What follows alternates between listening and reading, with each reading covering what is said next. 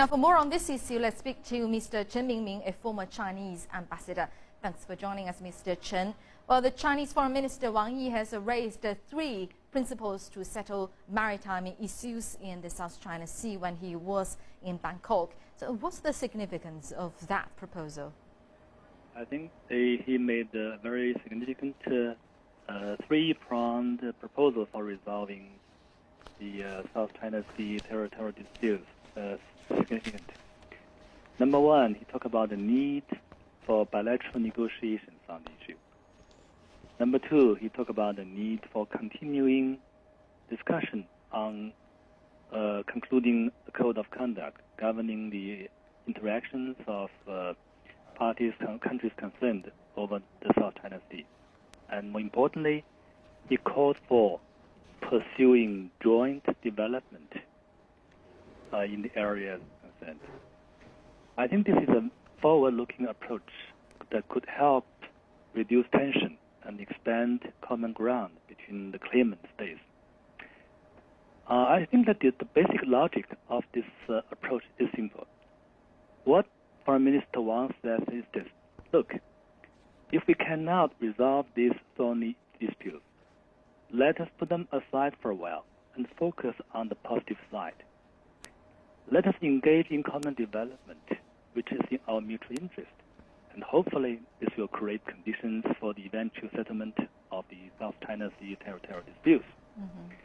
So I think the undertone of this approach raised by Minister Wang is quite positive. Mm-hmm.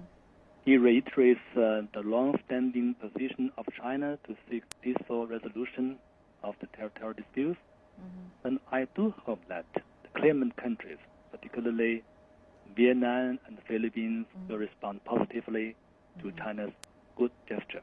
Right, and Mr. Chen, can you tell us more about the future of cooperation between China and ASEAN? I'm quite optimistic about the future of China-ASEAN cooperation for three reasons. First, already there is a huge China-ASEAN free trade zone. It covers 15 countries and about 1.5 billion people, which is the largest free trade zone in the world.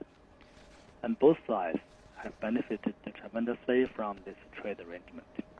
Secondly, China has responded positively to an ASEAN initiative to negotiate a region-wide comprehensive economic partnership that will include not only the 10 ASEAN countries, but also China, Japan, Korea, Australia, and New Zealand.